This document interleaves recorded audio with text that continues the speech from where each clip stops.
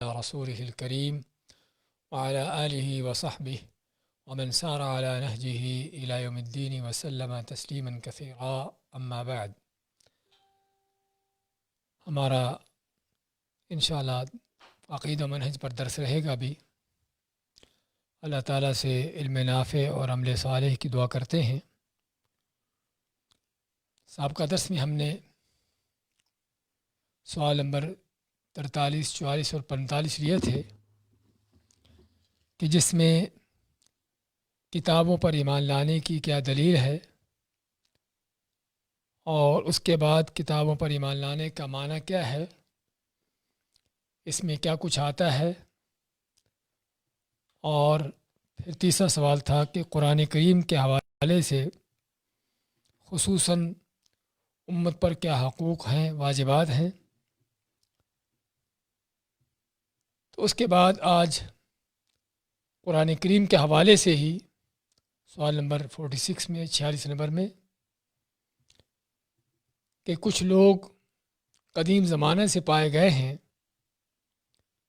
کہ جو قرآن کو اللہ کا کلام نہیں بلکہ اللہ کی مخلوق قرار دیتے رہے ہیں.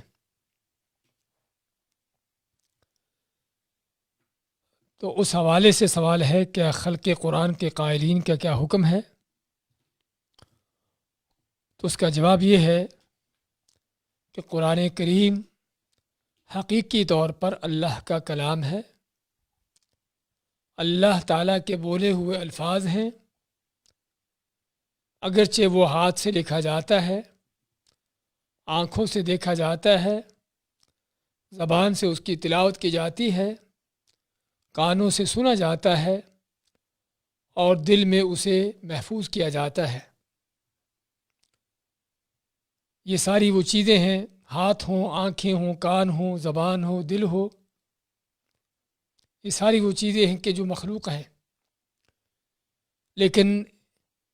ان چیزوں سے جس کی تلاوت ہو رہی ہے وہ اللہ کا کلام ہے. انگلیاں، سیاہی، قلم، کاغذ سبھی مخلوق ہیں، لیکن ان سب میں لکھا جانے والی جو چیز ہے وہ غیر مخلوق ہے. اصل میں یہ چیزیں ہم اس لیے ان کا ذکر کیا ہے، زبان کا، کان کا، آنکھوں کا، ان چیزوں کا، کیونکہ بدعتی لوگ جنہوں نے قرآن کے اللہ کا کلام ہونے کا انکار کیا تھا اور یہ کہا کہ قرآن مخلوق ہے، ان کے شبہات یہی تھے کہ چونکہ قرآن آنکھوں سے دیکھا جاتا ہے، زبان سے اس کی تلاوت کی جاتی ہے، کانوں سے سنا جاتا ہے، اور اسی طرح قلم سے لکھا جاتا ہے، کاغذ پر لکھا جاتا ہے، تو جب یہ مخلوق ہیں تو اس کا مطلب پھر جو لکھے جانے والے الفاظ ہیں یہ کلام بھی مخلوق ہے. تو یہ ان کا گمراہ کن فلسفہ تھا. اسی لیے ہم نے واضح کیا ہے کہ اگرچہ قرآن جن چیزوں سے پڑھا جاتا، دیکھا جاتا ہے وہ مخلوق ہیں، لیکن بذات خود یہ قرآن اللہ کا کلام ہے. اور اللہ کا کلام ہونے کی قرآن کریم میں کئی ایک دلیلیں ہیں، جس میں ایک دلیل آپ کے سامنے پیش کی گئی ہے، وَإِنْ أَحَدٌ مِّنَ الْمُشْرِكِينَ اسْتَجَارَكَ فَأَجِرْهُ حَتَّى يَسْمَعَ كَلَامَ اللَّهِ. اور اگر مشرکوں میں سے کوئی آپ سے پناہ طلب کرے، پناہ دو یہاں تک کہ وہ اللہ کا کلام سن لے. اللہ نے قرآن کریم کو دو ٹوک اور صاف الفاظ میں اپنا کلام قرار دیا ہے. اور اس کا معنی یہ ہے کہ جو شخص قرآن کے اللہ کا کلام ہونے کا انکار کرتا ہے یا قرآن کا کسی حصے کے بارے میں کہتا ہے کہ اللہ کا کلام نہیں بلکہ مخلوق ہے، وہ حقیقت میں قرآن کو جھٹلا رہا ہے، اللہ کو جھٹلا رہا ہے. اور کوئی شک نہیں کہ اللہ کو جھٹلانے والا، قرآن کو جھٹلانے والا کافر ہے، دائرہ اسلام سے خارج ہے. کیونکہ اس نے اللہ کو جھٹلایا، قرآن کو جھٹلایا، اور اس کے ساتھ ساتھ اللہ تعالیٰ کی صفت کا، جو کلام کی صفت ہے، اس کا انکار کیا۔ اسی طرح قرآن کریم کے حوالے سے ہی اللہ تعالیٰ کا فرمان ہے، یریدون ان یبدلوا کلام اللہ۔ سورۃ الفتح میں جس طرح اللہ کا فرمان ہے کہ یہ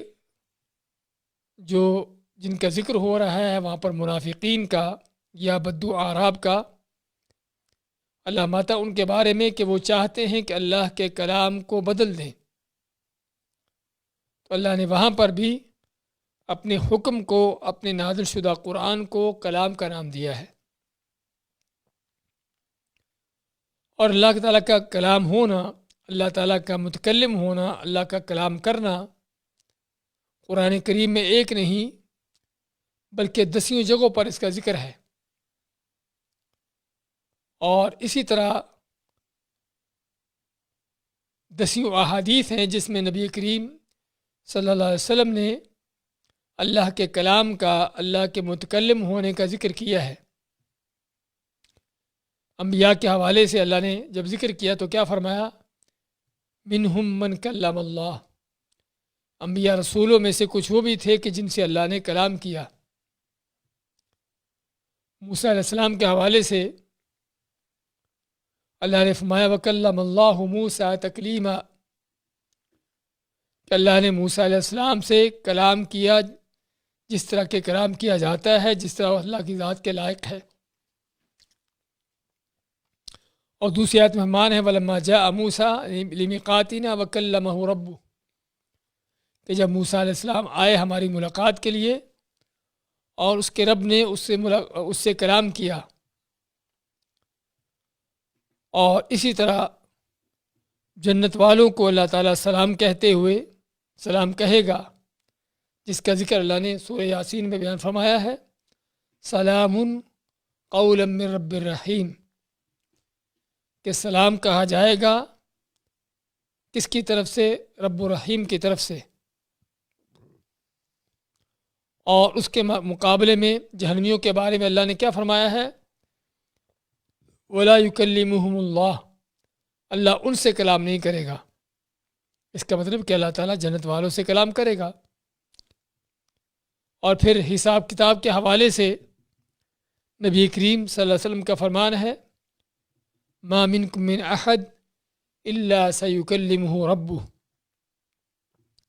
صحیح بخاری مسلم کے حدیث میں آتے ہیں کہ تم میں سے کوئی بھی ایسا نہیں کہ جس سے اس کا رب اس سے ہم کلام نہ ہو، اس سے بات چیت نہ کرے، یعنی براہ راست اللہ اس سے مخاطب ہوگا۔ تو خیر کہنے کا مقصد کہ قرآن کریم کے ایک نہیں 10 آیات ہیں کہ جس میں اللہ نے اپنے کلام کا ذکر کیا ہے اور اپنے متکلم ہونے کا بیان کیا ہے، اور اللہ نے جو کسی کے ساتھ بات چیت کلام کیا ہے اس کا بھی قرآن میں ذکر ہے۔ موسیٰ علیہ السلام کو جب نبوت دی، ان کو رسالت دی، تو اپنا تعارف کرواتے ہوئے اللہ نے خود ان کو مخاطب کرتے فرمایا انی انا اللہ رب العالمین، کہ میں اللہ ہوں جو جہانوں کا رب ہوں۔ دوسری آیت میں اننی انا اللہ لا الہ الا انا فاعبدنی، کہ میں ہی اللہ ہوں کہ جس کے سوا کو معبود برحق نہیں، تو میری عبادت کرو۔ اور مشرکین کے جو معبودات تھے ان کی بے بسی اور ان کا باطل ہونے کی جو اللہ نے دلیل پیش کی قرآن میں کیا ہے؟ تو چنانچہ بنی اسرائیل نے جب وہ بت بنایا، بچھڑے کو اپنا معبود بنا لیا، تو اللہ تعالیٰ فرماتا ہے افلا یرون ان لا یرجع الیہم قولا، کیا یہ دیکھتے نہیں تھے کہ یہ بچڑا ان سے بات نہیں کر سکتا تھا؟ اور اسی طرح دوسری آیت میں وَاتَّخَذَ قَوْمُ مُوسَىٰ مِن بَعْدِهِ مِنْ حُلِيِّهِمْ عِجْلًا جَسَدًا لَهُ خُوَارٌ أَلَمْ يَرَوْا أَنَّهُ لَا يُكَلِّمُهُمْ وَلَا يَهْدِيهِمْ سَبِيلًا۔ اللہ ماتا ہے کہ موسیٰ علیہ السلام کے طور جانے کے بعد ان کی قوم نے بچڑے کو اپنا معبود بنا لیا۔ علامات علم یرو انہ لا یکلمہم، کہ یہ دیکھتے نہیں تھے کہ یہ بچہ ان سے بات نہیں کر سکتا، یعنی یہ کیسا الہ کیسا معبود ہے کہ جو بات بھی نہ کر سکتا ہو۔ اس میں اس بات کا بیان ہے کہ الہ اور معبود لازماً اس میں کلام کی صفت ہونا چاہیے، تاکہ اپنی مخلوقات سے جب چاہے اور جس طرح سے چاہے ان سے بات چیت کر سکے۔ تو یہ اور اس طرح کی کئی اور دلیلیں ہیں کہ جس میں اللہ تعالیٰ کا متکلم ہونا، اللہ کے کلام کا ذکر ہے، اور ان ساری چیزوں کو جھٹلانا، انکار کرنا، کوئی شک نہیں کہ اللہ کے دین کو جھٹلانا ہے، اللہ کے قرآن کو، نبی کریم صلی اللہ علیہ وسلم کے فرمان کو، ان کو جھٹلانا ہے، اور یہی کسی کے کافر ہونے کے لیے کافی ہے۔ اور یہ سوال اس کا پس منظر جو ہے وہ اس لحاظ سے ہے، جس طرح ہم نے ذکر کیا ہے کہ قدیم زمانوں سے لے کر ایسے گمراہ کن لوگ پائے گئے ہیں اسلام کی طرف نسبت کرنے والے، کہ جو اللہ تعالیٰ کی صفت کلام کا انکار کرتے رہے ہیں کہ اللہ تعالیٰ کلام نہیں کرتا، اور صرف یہ نہیں، اور بھی اللہ کی صفات کا انکار کیا۔ اس انکار کے پیچھے وجہ کیا تھی؟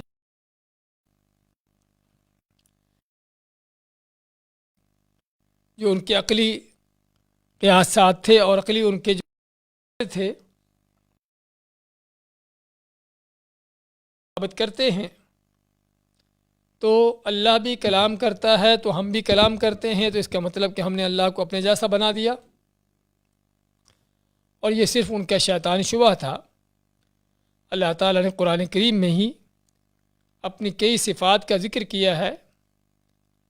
اور وہی صفات اپنے بندوں کے بارے میں بھی بیان کی ہیں۔ اللہ تعالیٰ نے اپنے سمیع و بصیر ہونے کی صفت کا بیان کیا ہے، دیکھتا ہے، اور انسان کو بھی اس کے بارے میں کیا فرمایا؟ وَجَعَلْنَاهُ سَمِيعًا بَصِيرًا۔ اللہ مانتا ہے کہ ہم نے انسان کو بھی سننے دیکھنے والا بنایا، لیکن ہر عقل مند انسان اچھی طرح جانتا سمجھتا ہے کہ اللہ تعالیٰ کا سمیع و بصیر ہونا اور بندے کا سمیع و بصیر ہونا، اس میں کس قدر فرق ہے کہ کسی لحاظ سے بھی دور تک بھی اس میں کوئی مناسبت نہیں سوائے الفاظ کے، کہ اللہ تعالیٰ جو ساتوں آسمانوں سے اوپر اللہ کا عرش ہے اور اللہ اس کے اوپر ہے، وہاں پر ہونے کے باوجود کائنات کی گہرائیوں میں، کائنات کے سب سے نچلے درجوں میں، اگر کوئی وہاں بھی کیڑا مکوڑا ہے، کوئی چھوٹی سی مخلوق ہے، اللہ اس کو دیکھ رہا ہے، اس کی آوازیں سن رہا ہے، اس کے حالات کو جانتا ہے۔ کہاں اللہ کی یہ سمیع و بصیر ہونے کی صفت، اور کہاں انسان اس کے مقابلے میں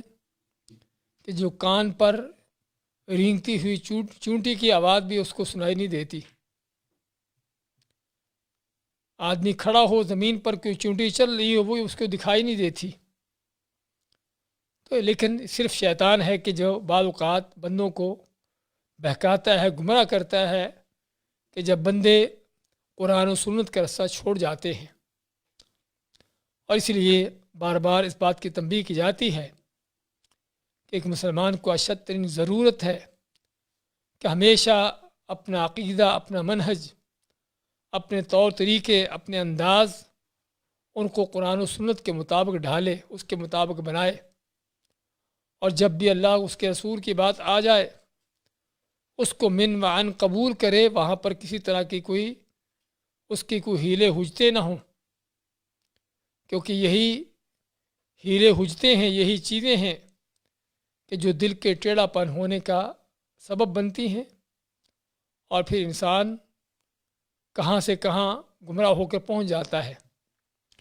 تو خیر یہ سوال اس لیے لایا گیا تھا کیونکہ یہ گمراہ کن عقیدہ قدیم زمانے سے لے کر پایا گیا ہے کہ بعض لوگ ایسے پائے گئے ہیں کہ جو اللہ تعالیٰ کی اس طرح کی صفات کا انکار کرتے رہے ہیں۔ تو اس لیے اس صفت کا بیان ہوا کہ اللہ تعالیٰ کلام کرتا ہے جس سے اللہ کی ذات کے لائق ہے، اور قرآن کریم اللہ کا کلام ہے، اس کو اللہ کا کلام سمجھنا چاہیے، اور نہ کہ صرف سمجھنا چاہیے بلکہ ہم جب قرآن کریم کے حوالے سے یہ عقیدہ رکھیں گے کہ قرآن اللہ کا کلام ہے، اور میں جب اس قرآن کی تلاوت کرتا ہوں تو اللہ تعالیٰ کے کلام کی تلاوت کر رہا ہوں، وہی الفاظ تلاوت کر رہا ہوں جو الفاظ اللہ کے بولے ہوئے ہیں، جو الفاظ اللہ کا کلام ہے، تو یہاں انسان کو کتنی بڑی سعادت اور کتنی بڑا مقام ملتا ہے کہ رب العالمین کا کلام میں ایک گناہ گار انسان پڑھ رہا ہوں، اللہ کے بولے ہوئے الفاظ میں ان کو اپنی زبان سے کہتا ہوں۔ انسان کے لیے اس سے بڑھ کر سعادت کیا ہو سکتی ہے؟ اس لیے یہ نہ کہ صرف عقیدے کی بات ہے بلکہ یہ انسان کی بہت بڑی سعادت کی بات ہے۔ اور جب انسان قرآن کریم کو اس انداز سے پڑھتا ہے کہ میں اللہ کا کلام پڑھ رہا ہوں، انہی الفاظ کو تلاوت کر رہا ہوں جو اللہ کے بولے ہوئے الفاظ ہیں، تو یقینی طور پر پھر قرآن پر توجہ بھی ہوگی، اس کے پڑھنے میں انسان کو ایک روحانیت اور لذت بھی حاصل ہوگی، اور سمجھے گا اس بات کو کہ مجھے اللہ نے کیا شرف اور کیا مقام دیا ہے۔ اس لیے قرآن اللہ کا کلام ہے، اس کو اللہ کا کلام سمجھنا چاہیے، اور مخلوق ہونا یہ سراسر گمراہ کن عقیدہ ہے جو قرآن و سنت کے خلاف ہے۔ اور اصل فتنہ یہ کھڑا ہوا تھا مامون الرشید عباسی خلیفہ کے دور میں، تقریباً آپ کہہ لیجئے کہ دوسری صدی ہجری کے آخر میں، اور اس نے اصل اس کے پیچھے اس کے ساتھ بدعتیوں کی ایک جماعت تھی جن کو معتزلہ کا نام دیا جاتا ہے، جو اللہ کے کلام کے منکر تھے کہ اللہ کلام نہیں کرتا، اور قرآن کے مخلوق ہونے کے قائل تھے۔ وقت کے خلیفہ مامون رشید کو بھی انہوں نے یہی عقیدہ پڑھا دیا، تو اس نے پھر ڈنڈے کے زور سے لوگوں کو جو ہے اس عقیدے پر لگانے کی چلانے کی کوشش کی، حتیٰ کہ وقت کے بڑے بڑے علماء کو مجبور کیا کہ وہ یہ کہیں کہ قرآن المخلوق ہے، اللہ کا کلام نہیں ہے۔ لیکن اس بہت بڑے فتنے اور بہت بڑی گمراہی کے مد مقابل جو کھڑے ہوئے وہ اہل سنت کے امام، اور جب ہم اہل سنت کا نام لیتے ہیں تو قبر پرست مراد نہیں ہوتے جنہوں نے اپنے نام اہل سنت رکھے ہوئے ہیں۔ اہل سنت کا جب نام لیتے ہیں تو اس سے مراد وہ لوگ ہیں جو اہل حق ہیں، قرآن و سنت کی صحیح معنوں میں اتباع کرنے والے ہیں، صحابہ تابعین کے منہج پر چلنے والے ہیں۔ تو بات کر رہے تھے کہ اہل سنت کے امام احمد بن حنبل رحمۃ اللہ علیہ وہ اس فتنے کے مد مقابل کھڑے ہوئے اور ڈٹ کے انہوں نے بولا کہ قرآن اللہ کا کلام ہے، مخلوق نہیں ہے، اور اس چیز پر ان کو اذیتیں دی گئیں، تکلیفیں دی گئیں، جیلوں میں ڈالا گیا، لیکن وہ اپنے اس عقیدہ حق پر قائم رہے، مارے کھائیں، تکلیفیں اٹھائیں، لیکن اس اپنے عقیدے سے مزلزل نہ ہوئے، اور جس کا نتیجہ کیا تھا کہ اللہ نے ان کو فتح دی، اور یہ بہت بڑا فتنہ جو اٹھا تھا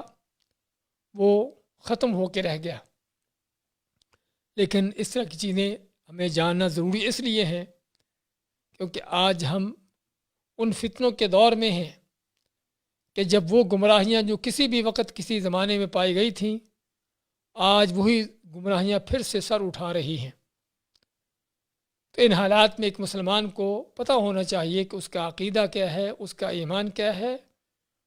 اور اس سچے عقیدے کے خلاف کیا چیزیں ہیں کہ جو بعض اوقات رائج ہوتی ہیں اور انسان کو گمراہ کر سکتی ہیں، تاکہ آدمی ان گمراہیوں سے بچ سکے۔ اس کے بعد اگلا سوال ہے 47 نمبر 47، کیا قرآن کو کافی سمجھتے ہوئے حدیث کو نظر انداز کیا جا سکتا ہے؟ ہاں، یہ سوال بھی بہت اہم سوال ہے، اور خصوصاً ان فتنوں کے دور میں۔ اگرچہ یہ فتنہ اور یہ گمراہی بھی کوئی نئی نہیں ہے، پرانے زمانوں سے لے کر پائی گئی ہے۔ ایسے لوگ آتے رہے ہیں جو کہتے رہے ہیں کہ ہمیں قرآن ہی کافی ہے، ہمیں حدیث کی ضرورت نہیں ہے، اور پھر حدیث کو رد کرنے کے لیے، حدیث کو ناقابل اعتبار بنانے کے لیے اور حدیث کی حجیت کو ختم کرنے کے لیے طرح طرح کے ان کے شبہات تھے، طرح طرح کے ان کے پراپیگنڈے رہے ہیں کہ حدیث چونکہ اللہ کے نبی علیہ السلام کے الفاظ ہیں، آپ کا کلام ہے اور آپ بشر ہیں اور آپ سے غلطی ہو سکتی ہے، آپ نے ممکن ہے کبھی کوئی بات صحیح کہی ہو، کبھی کوئی بات غلط کہی ہو، نعوذ باللہ۔ اور پھر یہ بھی کہ حدیثیں جو ہیں وہ اس میں کچھ حدیثیں ایسی بھی آ گئیں جو ضعیف ہیں، ایسے بھی لوگ حدیثوں کو روایت کرنے والے آ گئے جو جھوٹے تھے، انہیں اس میں کیا کیا جھوٹ ملا دیا، کیا کیا چیزیں اس میں رد و بدل کر دی۔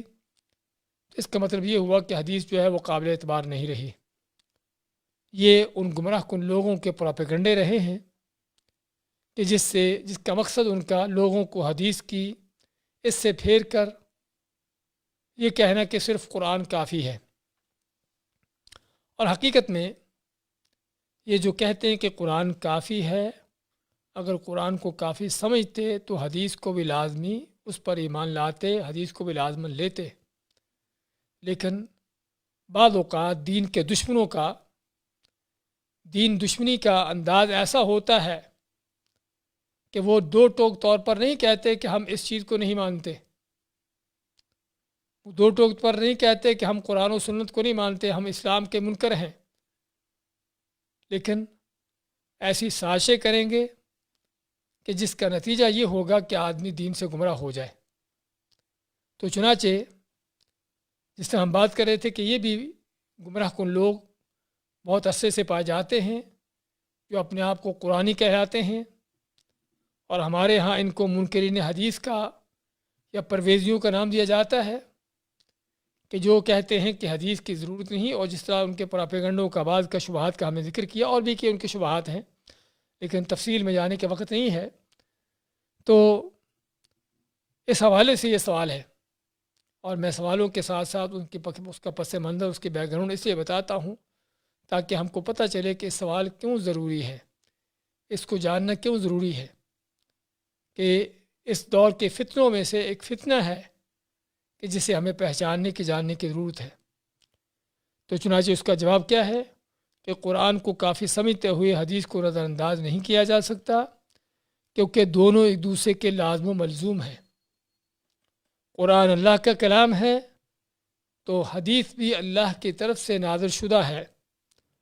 اور اسی قرآن کی شرح کرنے والی، اس کی تفصیل بیان کرنے والی ہے۔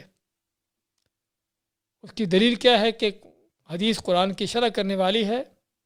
جس طرح کہ آگے آیت ذکر کی ہے سورۃ نحل کی، وَأَنزَلْنَا إِلَيْكَ الذِّكْرَ لِتُبَيِّنَ لِلنَّاسِ مَا نُزِّلَ إِلَيْهِمْ۔ اللہ فرماتا ہے کہ ہم نے آپ کی طرف قرآن نازل کیا، یہ وحی نازل کی تاکہ جو نازل کیا گیا ہے آپ کھول کھول کر لوگوں کو بیان کرو، بتاؤ۔ تو قرآن کی تفسیر، قرآن کو بیان کرنے کے حکم، اس کا آرڈر کس کو دیا گیا؟ رسول کریم صلی اللہ علیہ وسلم کو۔ اور آپ کا قرآن بیان کرنے کا انداز کیا ہوگا؟ آپ کے احادیث میں۔ اور اس لیے ہم دیکھتے ہیں آپ حدیث کی کوئی کتاب بھی اٹھائیں، اس میں آپ کو کتاب التفسیر نام کا ایک چیپٹر ملے گا کہ جس میں 10-20 نہیں بلکہ سینکڑوں کی تعداد میں وہ احادیث ہیں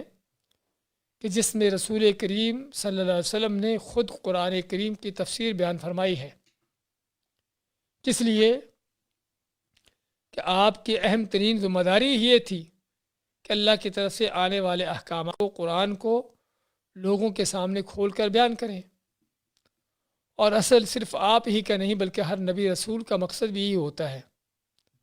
کہ اللہ کے احکامات بندوں کو پہنچائیں، بندوں کو سنائیں، اور ان احکامات کی تفسیرات بھی ان کو بتائیں، اور عملی اور پریکٹیکلی طور پر بھی ان کے سامنے ان احکامات پر چل کر دکھائیں کہ اللہ تعالیٰ کا یہ حکم کیسے پورا کرنا ہے۔ تو چنانچہ اسی طرح رسول کریم صلی اللہ علیہ وسلم نے بھی اللہ کی طرف سے آئے ہوئے قرآن کی تفصیل بیان کی، اور وہ تفصیل ہم کو کہاں سے ملے گی؟ وہ احادیث سے ملے گی۔ اور دوسری چیز یہ بھی کہ حدیث جو ہے یا آپ صلی اللہ علیہ وسلم کا فرمان جو ہے، کیا وہ آپ کا اپنا ذاتی قول ہے، آپ کی اپنی ذاتی رائے ہے، آپ کی اپنی سوچ فکر ہے، جس کا اللہ کے ساتھ، اللہ کے وحی کے ساتھ کوئی تعلق نہیں ہے؟ حقیقت بات کیا ہے کہ اگرچہ اس کو ہم حدیث کا نام دیتے ہیں اور نبی کریم صلی اللہ علیہ وسلم کی طرف منسوب کرتے ہیں حدیث کو، لیکن یہ حدیث بھی اللہ ہی کی طرف سے ہے۔ کیا دلیل ہے؟ جس طرح کہ آپ کا فرمان ہے الا انی اوتیت القرآن ومثلہ معہ، کہ خبردار، مجھے جس طرح قرآن دیا گیا ہے ایسے ہی اس کے ساتھ اور چیز دی گئی ہے۔ وہ کیا ہے؟ وہ آپ صلی اللہ علیہ وسلم کی حدیث ہے۔ اور تو اس لیے آپ صلی اللہ علیہ وسلم کی حدیث کو اپنائے بغیر دین پر چلنا ہی ممکن نہیں ہے، قرآن کو اپنانا ہی ممکن نہیں ہے۔ اس سے پہلے مزید یہ کہ اللہ تعالیٰ نے کتنی ہی آیتوں میں آپ اپنی اطاعت کے ساتھ ساتھ رسول کریم صلی اللہ علیہ وسلم کی اطاعت کا حکم دیا ہے۔ اطیعوا اللہ و اطیعوا الرسول، ان کو قرآن کریم میں کتنی بار یہ الفاظ پڑھتے ہیں، اور بلکہ اللہ نے آپ صلی اللہ علیہ وسلم کی اطاعت ہی کو اپنی اطاعت قرار دے دیا۔ ومن یطیع الرسول فقد اطاع اللہ، کہ جو رسول کریم صلی اللہ علیہ وسلم کی اطاعت کرتا ہے یقیناً وہ اللہ کی اطاعت کر رہا ہے۔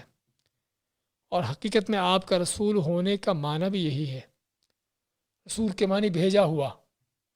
پیغام لانے والا، جس کو ہم پیغمبر کہتے ہیں۔ تو پیغام لانے والا جو پیغمبر ہوتا ہے وہ کس لیے آتا ہے؟ کہ تاکہ جس نے اس کو بھیجا ہے وہ اس کی بات کو آگے سنائے، پہنچائے، اور اگر کوئی چیز کر کے دکھانے کی ہے تو بھی اس کو کر کے دکھا دے۔ اس لیے آنے والے رسول کا یا پیغمبر کا، پیغام لانے والے کی بات کو مانا جاتا ہے۔ وہ جو بات لے کر آیا ہے اس کی وہ بات اس کے لیے جاتی ہے،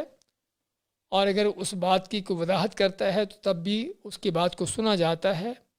کیونکہ وہ بہتر طور پر سمجھتا، جانتا ہوتا ہے کہ جو بات میں لے کر آیا ہوں وہ بات کیا ہے، اس کی حقیقت کیا ہے۔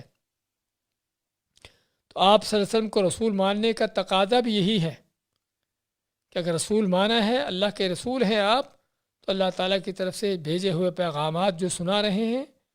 آپ سب سے بہتر ان چیزوں کو جانتے ہیں۔ تو اس لیے آپ کی بات کو سننا، جاننا اور اس پر عمل پیرا ہونا، یہ ہے حدیث پر عمل۔ اور جس کے بغیر آدمی نہ قرآن پر چل سکتا ہے اور نہ مسلمان رہ سکتا ہے۔ ہم دیکھیں کہ قرآن کریم میں اللہ نے کتنی ہی چیزوں کو بیان کیا ہے، لیکن اس کی تفصیلات رسول کریم صلی اللہ علیہ وسلم نے بیان کی ہے۔ نماز پڑھنے کا اللہ نے کتنی بار حکم دیا ہے قرآن کریم میں، کس قدر اس کی فضیلتیں، اس کے احکامات، یعنی اس کے مختلف جو ہے، یعنی اس کی پابندی کے ان چیزوں کو بیان کیا ہے، لیکن کہیں ایک جگہ پر بھی نماز کا طریقہ کار نہیں بتایا۔ تو کیا ممکن ہے کہ حدیث پر عمل کیے بغیر ہم نماز قائم کر سکے صرف قرآن پڑھ کر ہی؟ بلکہ حتیٰ کہ نمازوں کے اوقات بھی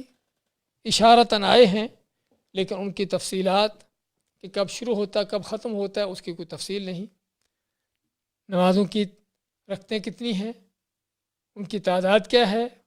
یہ ساری وہ چیزیں ہیں کہ جو ہمیں نبی کریم صلی اللہ علیہ وسلم کی احادیث سے ملتی ہیں۔ اور اسی طرح ہر دین کے حکم کو دیکھیں کہ زکوٰۃ کا اللہ نے جگہ جگہ حکم دیا ہے ضرور، لیکن زکوٰۃ کتنی لینی ہے، کس کس مال سے لینی ہے اور کس کو دینی ہے، اس کا کچھ نہ کچھ اللہ نے بیان کیا ہے، لیکن تفصیلات اس کی احادیث میں ملتی ہیں۔ روزے کے حوالے سے، حج کے حوالے سے، پورے دین کے احکامات کا یہی سلسلہ ہے کہ اس کے اشارتاً اس کے ذکر ہوا ہے قرآن میں،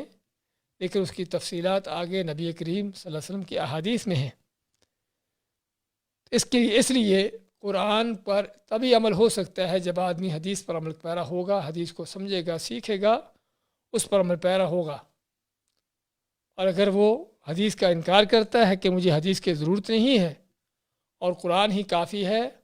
تو یہ اس کے گمراہ ہونے کی دلیل ہے، اس کے جھوٹا ہونے کی بلکہ دلیل ہے، کیونکہ قرآن پر عمل کرنا ممکن ہی نہیں جب تک حدیث پر عمل نہیں ہوگا۔ اور اس لیے ائمہ اسلام نے اس کے بارے میں بڑے بڑے شدید الفاظ کہے ہیں۔ اسحاق ابن راہویہ امام بخاری رحمۃ اللہ علیہ کے اساتذہ میں سے ہیں اور ان کے ساتھیوں میں سے بھی ہیں۔ وہ کیا فرماتے ہیں؟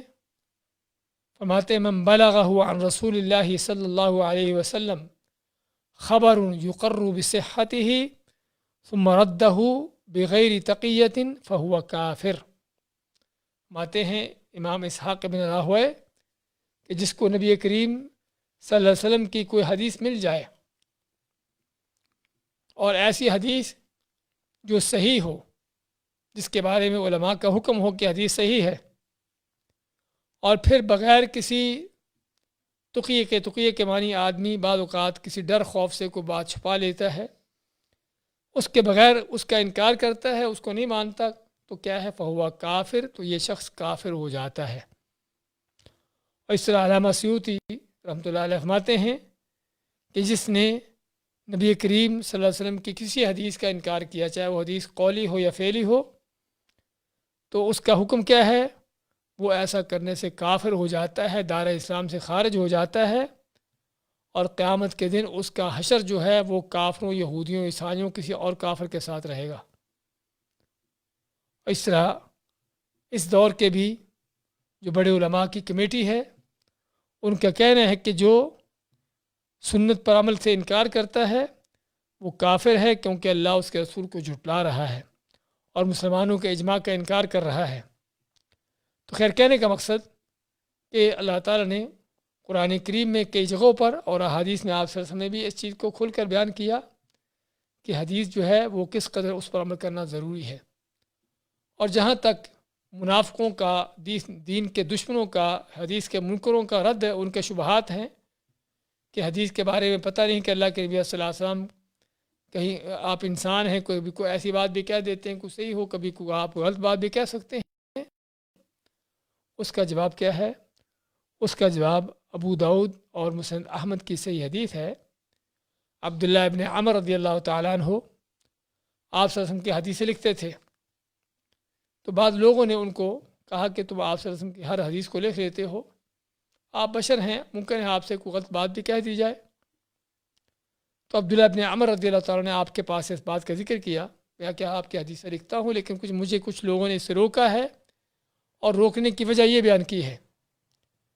تو آپ نے کیا جواب دیا؟ ذرا غور سے سننے کی بات ہے۔ آپ ماتے اکتب فوالذی نفسی بیدی، آپ ماتے عبداللہ ابن عمر کو کہ تم لکھتے چلے جاؤ، تم لکھتے چلے جاؤ، اس ذات کی قسم جس کے ہاتھ میں میری جان ہے، ما یخرج منہ الا حق، کہ میرے منہ سے وہی بات نکلتی ہے جو حق ہے۔ اور یہ صرف آپ کا فرمان نہیں بلکہ اس سے پہلے اللہ تعالیٰ کا فرمان ہے، وما ینطق عن الہوا، اور آپ صلی اللہ علیہ وسلم اپنی خواہش مرضی سے بات نہیں کرتے، ان هو الا وحی یوحی، یہ تو ایک وحی ہے جو وحی کی جاتی ہے، تو پھر آپ کی زبان کو حرکت ہوتی ہے۔ اسی لیے ابن القیم رحمۃ اللہ علیہ فرماتے ہیں کہ اس سے ہمیں پتہ چلا کہ رسول کریم صلی اللہ علیہ وسلم کی باتیں جو دین کے حوالے سے ہیں، جن کا تعلق دین کے ساتھ ہے، یہ سبھی اللہ کی طرف سے ہیں، جو اللہ نے آپ پر نازل کی ہیں۔ ہاں، کچھ کو قرآن بنا کر نازل کر دیا اور کچھ کو حدیث کی شکل میں نازل کر دیا، اور دونوں ہی اللہ کی وحی ہیں۔ اور پھر ایسے آیت کو دلیل کے طور پر پیش کرتے ہیں، وَأَنزَلَ اللَّهُ عَلَيْكَ الْكِتَابَ وَالْحِكْمَةَ، سورۃ النساء میں جس سے فرماتا اللہ تعالیٰ کہ اللہ تعالیٰ نے آپ کے اوپر کتاب و حکمت نازل کی۔ کتاب تو قرآن ہو گیا، حکمت کیا چیز ہوئی؟ حکمت یہ سنت ہے کہ جو اللہ کے نبی صلی اللہ علیہ وسلم کا کلام ہے۔ تو خیر، یہ ساری چیزیں ہم کو اس بات کی کھلی اور واضح دلیل دیتی ہیں کہ حدیث پر عمل کس قدر ضروری ہے، اور حدیث کا انکار کھلا کفر ہے، کیونکہ اس میں قرآن کو جھٹلانا ہے، اللہ کو جھٹلانا ہے، اللہ کے نبی صلی اللہ علیہ وسلم کا انکار کرنا ہے، ان کو جھٹلانا ہے، اور بلکہ حدیث پر عمل کیے بغیر قرآن پر چلنا ممکن ہی نہیں ہے۔ یہ صرف ہم دوسرے الفاظ میں کہیں گے کہ بعض دین کے دشمنوں کی سازش ہے صرف کہ حدیث کا انکار کا فتنہ کھڑا کر کے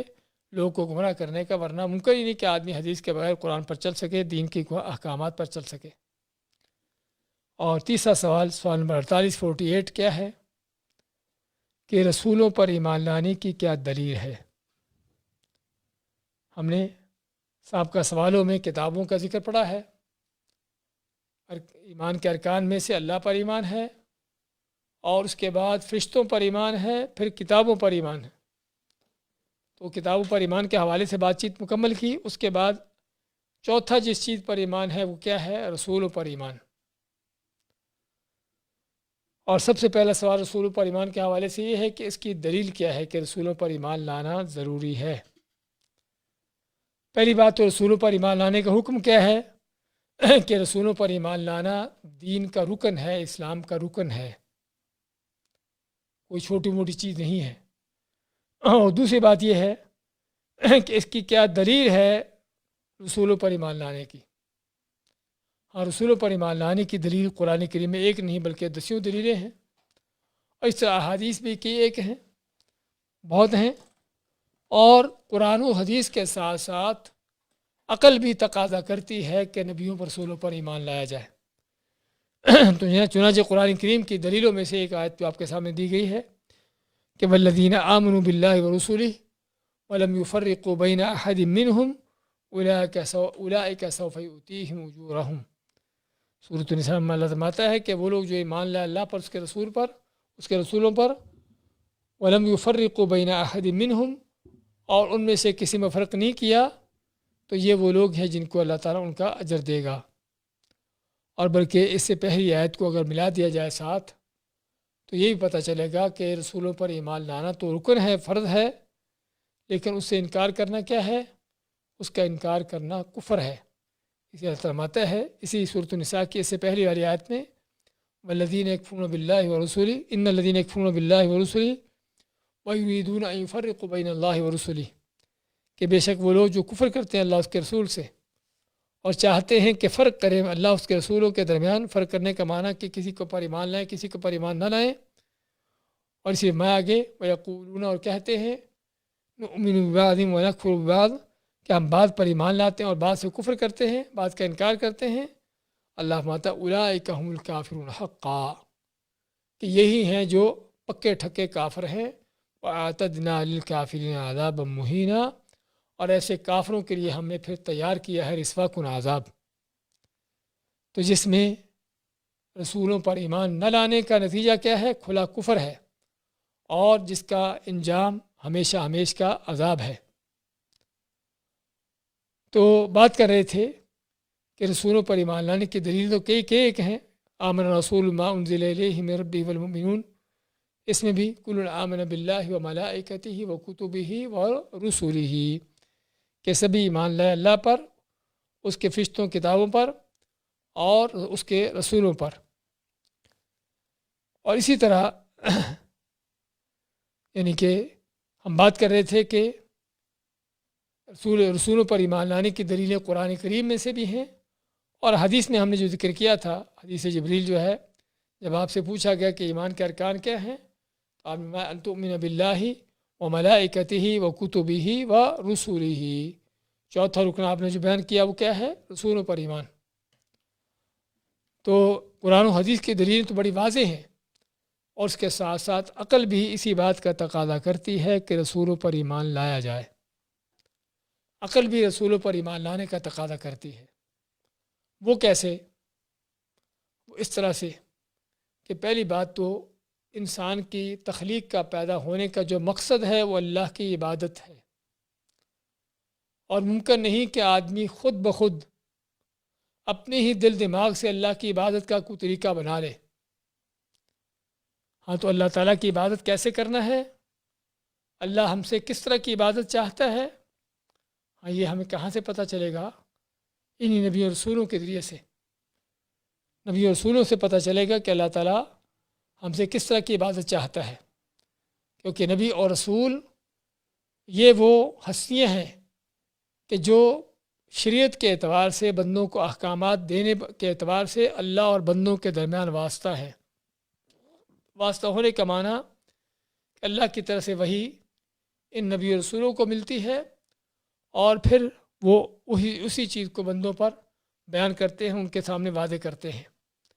تو اس لیے سب سے پہلی چیز تو یہ ہے کہ جس مقصد کے لیے انسان دنیا میں آیا ہے، اللہ کی عبادت، نبیوں پر ایمان لائے بغیر وہ مقصد پورا ہو سکتا ہی نہیں۔ کہ آدمی کو پتہ ہی نہیں چل سکتا کہ نبیوں پر یعنی کہ اللہ کی عبادت ہم کو کس طرح سے کرنا ہے۔ اور پھر مزید یہ بھی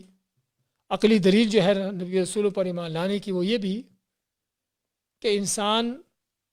اپنی عقل سے کسی چیز کو اچھا یا برا نہیں سمجھ سکتا، اور یہ قدیم زمانوں سے لے کر چیز پائی گئی ہے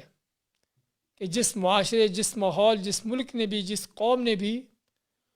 اللہ کے نبیوں کی تعلیمات کو چھوڑ کر اپنی عقلوں سے کام لیا ہے، وہ دنیا میں بھی برباد ہوئے ہیں، اور ہمیشہ ہمیشہ کی ان کی آخرت بھی برباد ہوئی ہے۔ اور یہ حقیقت ہے، کیونکہ انسان خود نہیں سمجھ سکتا کہ کون سی چیز اس کی خیر کی ہے، کون سی چیز اس کی شر کی ہے۔ انسان اپنی ناقص اور کمزور عقل سے چیزوں کو سامنے دیکھتا ہے، اور پھر اس کے ذہن دل دماغ میں جو آتا ہے اس کے متعلق جج کرتا ہے، اور یہ چیز غلط ہوتی ہے یا کبھی صحیح بھی ہو جاتی ہے۔ لیکن جو آپ کو صحیح چیز ملے گی ہمیشہ وہ کہاں سے ملے گی؟ وہ نبی و رسولوں کی تعلیمات سے ملے گی۔ اور اسی وجہ سے ہم دیکھتے ہیں قدیم زمانوں کے اندر بھی کیا لوگوں کے اندر گمراہیاں رہی ہیں، جب وہ قرآن و سنت کا، نبیوں کی تعلیمات کا انہوں نے سلسلہ چھوڑا ہے۔ اور آج کے اس وقت میں بھی جو علم کا دور ہے، ترقی کا دور ہے، اور مادہ پرستی میں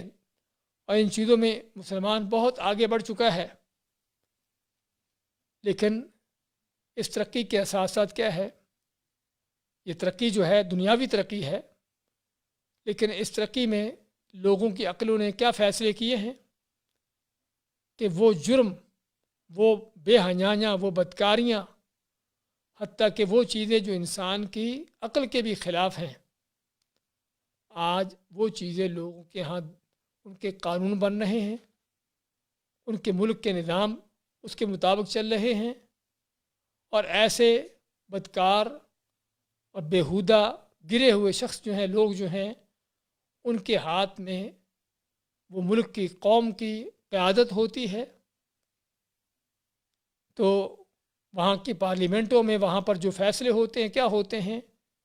کہ جو اخلاق کے خلاف، نہ کہ صرف دین کے خلاف بلکہ انسانیت کے خلاف اور اخلاق و کردار کے خلاف۔ یعنی اگر ہم دور نہیں جاتے، ہم جنس پرستی، یہ جو موجودہ زمانے میں باقاعدہ قانوناً اس کو پاس کیا گیا ہے، اس کا تحفظ کیا جاتا ہے، ہاں یہ وہ جرم کہ جو ہر زمانے میں، ہر دور میں ایک بڑا قبیح جرم رہا ہے، بڑا غلط اور بڑا گندہ جرم رہا ہے، آج یہی جرم جو ہے وہ قانون بن کر اور باقاعدہ نظام کے تحت اور حکومتوں کے باقاعدہ دفاع کے ساتھ جو ہے اس کو نافذ کیا جاتا ہے، اور جو چاہتا ہو اس طرح کی بدکاری، بے حیائی کرنا، اس کو باقاعدہ پورا تحفظ ملتا ہے، قانون اس کی حفاظت کر رہا ہے۔ یہ چیز کیوں آئی؟ کہاں سے پیدا ہوئی؟ کہ جب نبیوں کی تعلیمات کو چھوڑا، کہ انسان اپنی عقل سے اگر چلے گا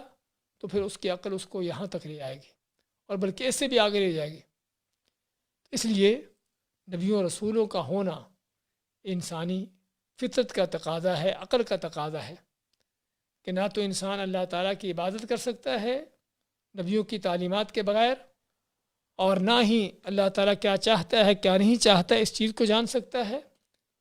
اور نہ ہی اپنے اخلاق و کردار کے حوالے سے بہتر طور پر زندگی گزار سکتا ہے جب تک وہ نبیوں کی تعلیمات کو نہ اپنائے۔ تو یہ بات ہی اس کے لیے کافی ہے، اس چیز کو جاننے کے لیے کہ نبیوں رسولوں پر ایمان کیوں ضروری ہے، اور اس کی دلیل بھی ہم نے بیان کی۔ اور اسی ضمن میں اللہ تعالیٰ کا فرمان ہے وَكَذَلِكَ أَوْحَيْنَا إِلَيْكَ رُوحًا مِّنْ أَمْرِنَا، اسی طرح ہم نے آپ کی طرف وحی کی روحاً، وہ وہی کیا ہے؟ جو روح ہے،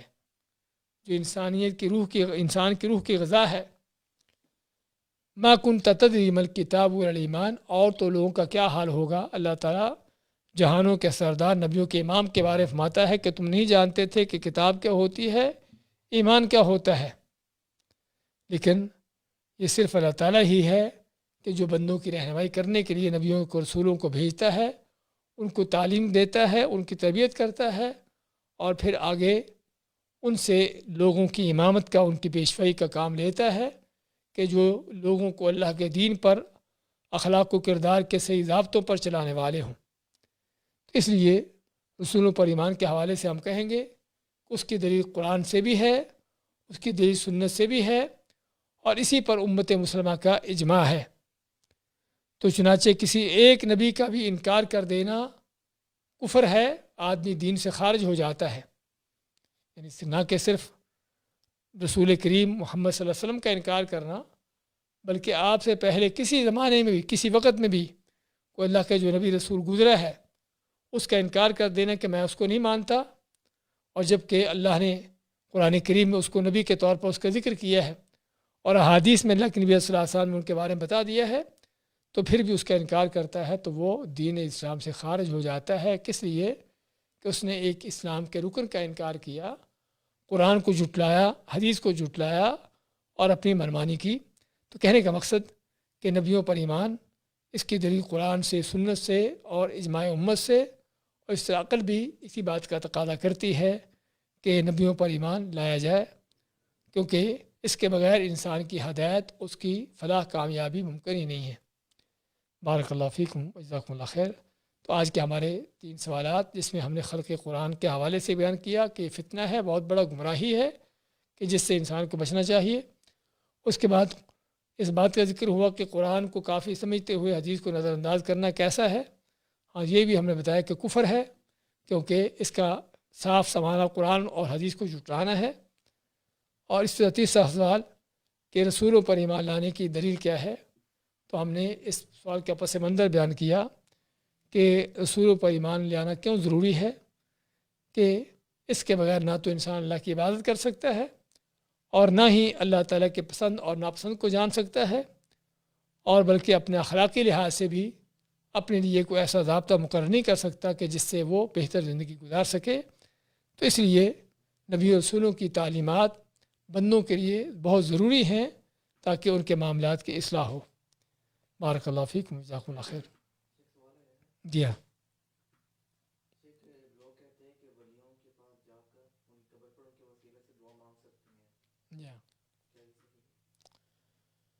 جی ہاں، یہ سوال آیا ہے، اور سوال میرا خیال ہمارے سابقہ دروس کے حوالے سے ہے، جنازے وغیرہ کے مسائل کا ہم ذکر کر رہے تھے کل یا پرسوں۔ ہاں، اس میں یہ سوال تھا کہ کیا ولیوں کی، بعض لوگوں کا کہنا ہے کہ ولیوں کی، نیک لوگوں کی قبروں پر جا کر ان کے وسیلے واسطے سے دعا کر سکتے ہیں۔ ہم نے اس میں ذکر کیا تھا، صاحب کا مسائل جو جنازے کے پڑھ رہے تھے، کہ وسیلہ کس چیز کا لینا جائز ہے، کہ وسیلہ صرف 4 چیزوں کا لینا جائز ہے، اور وہ 4 چیزیں اللہ کے نام ہیں، اللہ کی صفات ہیں، اور انسان کا اپنا نیک عمل ہے، اور کسی زندہ موجود اللہ کے نیک بندے کی دعا ہے۔ یہ ہیں جو وسیلے کی 4 طرز یا 4 قسمیں جو ہمیں احادیث سے اس کی تفسیرات ملتی ہیں کہ اللہ کے نبی صلی اللہ علیہ وسلم نے دعا کرتے ہوئے کس کا وسیلہ لیا؟ اللہ کے ناموں کا، اللہ کی صفات کا وسیلہ لیا، اور اسی طرح ہم حدیث پڑھتے ہیں کہ جس میں وہ 3 آدمیوں کا ذکر ہے کہ جنہوں نے اپنے اپنے نیک اعمال کا وسیلہ لیا، اور اسی طرح نبی کریم صلی اللہ علیہ وسلم کے پاس لوگ آتے، آپ سے آ کے دعائیں کرواتے، آپ ان کے دعا کرتے، اور اس طرح آپ کے بعد بھی صحابہ کرام ایک دوسرے سے دعا کرواتے رہے۔ تو جس کا معنی یہ ہوا کہ یہ 4 قسمیں ہیں وسیلے کی جو جائز ہے، اور اس سے ہٹ کر کسی نبی ولی کا وسیلہ لینا جو فوت ہو چکا ہو، یا کوئی زندہ بھی ہو لیکن اس کو کہنا کہ اللہ اس کے وسیلے واسطے سے میرا یہ کام ہو جائے، تو کسی کی ذات کا وسیلہ لینا یہی وہ شرک ہے کہ جو اصل اس دنیا کے اندر شرک کی بنیاد بنا ہے۔ حضرت عبداللہ ابن عباس فرماتے ہیں کہ جب قوم نوح کے نیک لوگ فوت ہو گئے تو شیطان نے پیچھے والوں کو کہا کہ دیکھو فلاں فلاں تمہارے اندر تھے، ان کو دیکھ کر اللہ یاد آتا تھا اور وہ دنیا سے چلے گئے، اب کیا کرو، ان کی قبروں پر جا کر عبادت اللہ ہی کی کرو، لیکن ان کی قبروں پر جا کر کرو تاکہ جو ہے تمہیں ان کی قبریں دیکھ کر تمہیں وہ لوگ یاد آئیں، اور جس طرح وہ اللہ کی بڑھ چڑھ کے بات کرتے تم بھی وہ کرو۔ تو شیطان نے پہلی نسل کو یہ پٹی پڑھائی، اس کے بعد جو آنے والے تھے ان کو کہا کہ تمہارے بڑے باپ دادا تو ان بزرگوں ولیوں کے وسیلے سے دعا کرتے تھے، تو یہ وسیلے کا شرک وہیں سے شروع ہوتا ہے۔ اور حقیقت میں ہر بت پرست جو ہیں، ہر مشرک جو ہیں، ان کے شرک کا اصل اسی چیز پر دار و مدار ہے۔ یعنی کوئی ہندو ہو، کوئی کس طرح کا اور کافر ہو، کسی مورتی کو پوج رہا ہو، وہ نہیں سمجھتا کہ یہ مورتی ہی اس کا رب ہے، بلکہ اس مورتی کی جو بیک گراؤنڈ ہے، اس بت کی جو بیک گراؤنڈ ہے کہ بت کسی فلاں نیک بندے کا ہے، کسی ولی کا ہے، کسی اور اس طرح کا ہے، تو اصل وہ اس پتھر کے سامنے نہیں جھک رہے ہوتے، اصل وہ اس ہستی کی ان کے دل میں تعظیم ہوتی ہے، اس کے سامنے جھکتے ہیں کہ جو اس بت کے پیچھے جس کی بیک گراؤنڈ ہے۔ تو کہنے کا مقصد یہ ہے کہ ولیوں کا وسیلہ یہ وہ کام ہے، یہ وہ چیز ہے کہ جو آج کے نہیں بلکہ سابقہ زمانوں سے پائی گئی ہے، اور بلکہ اصل شرک جو ہے اس کی بنیاد اسی چیز سے پڑتی ہے، اور اصل ہر قوم کا شرک جو ہے وہ اسی اللہ تعالیٰ کے بندوں کے وسیلوں واسطوں کا ہی شرک رہا ہے۔ بارک اللہ فیکم۔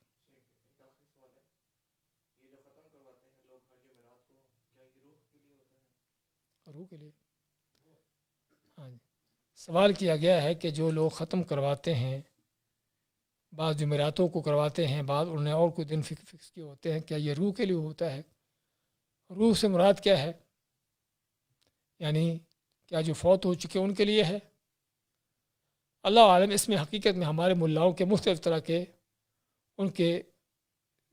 ہتھ کنڈے ہیں، مختلف طرح کے ان کے لوگوں کو گمراہ کرنے کے انداز ہیں۔ پہلی بات تو دین کے اندر ختم نام کی کوئی چیز ہے ہی نہیں۔ دین میں، اسلام میں، قرآن و سنت کی روح سے ختم نام کی کوئی چیز نہیں ہے۔ ہمیں کوئی یہ ملا، یہ گمراہ کن لوگ جو ہے کوئی ایک حدیث لا کر دکھا دیں کہ نبی کریم صلی اللہ علیہ وسلم نے کھانے پر ختم پڑھا ہو، ختم کے نام سے۔ آپ نے بسم اللہ پڑھی ہے، بسم اللہ پڑھنے کا حکم دیا ہے، لیکن کبھی کسی صحیح حدیث میں کوئی ایسی بات آتی ہو کہ آپ نے کوئی صورتیں پڑھی ہوں، کوئی آیتیں پڑھی ہوں کوئی کھانے پر، اور پھر اس کے بعد اس کھانے کو کھایا ہو یا کھلایا ہو لوگوں کو، کوئی ایک بھی ایسی حدیث ہم کو آپ صلی اللہ علیہ وسلم کی سنت سے، صحابہ کرام کے عمل سے، تابعین ائمہ کرام سے کہیں سے نہیں ملتی۔ یہ صرف ہمارے آج کل کے گمراہ کن ملاؤں نے پیٹ پرستی کے لیے یہ ڈھونگ رچائے ہوئے ہیں، یہ طریقہ کار گھڑے ہوئے ہیں ختم کے اور اس طرح کی چیزوں کے، کہ اگر ہم ختم کا چکر نہیں چلائیں گے تو لوگ گھر میں کھانا بنا کے اس کو کھا لیں گے، مولوی کو کیا پہنچے گا؟ تو مولوی نے اپنا پیٹ بھی ساتھ لگانے کے لیے کوئی نہ کوئی سلسلہ جوڑنا تھا، تو وہ ختم کا سلسلہ جوڑا کہ ختم تو ظاہر بات مولوی دے گا جا کر، اور مولوی جب ختم دے گا تو پھر اس کو بھی کھانا ملے گا۔ تو اصل یہ صرف کھانے کے پیٹ پرستی کے ڈھونگ رچائے ہوئے ہیں، یہ صرف بزنس کاروبار ہیں، اس سے بڑھ کر اس کی کوئی حقیقت نہیں ہے۔ تو وہ ختم کس کا ہے وہ انہی سے پوچھا جا سکتا ہے کہ کس کو دے آتے ہیں، لیکن ہم نے یہ بتایا ہے کہ یہ ختم بالکل سراسر کاروبار ہے، مولویوں کے بزنس ہیں، پیٹ پرستی کے چکر ہیں، اور لوگوں کے حرام طریقوں سے مال مٹھورنے کے انداز ہیں،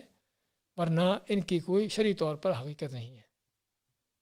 بارک اللہ فیکم، جزاکم اللہ خیر۔ اگلی کلاس انشاءاللہ ہم شروع کرتے ہیں 2-4 منٹ تک، ساتھی کوئی تھوڑا ریفریشمنٹ کرنا چاہتے کر سکتے ہیں، تو 5 منٹ تک انشاءاللہ ہم دوبارہ آتے ہیں۔ بارک اللہ فیکم۔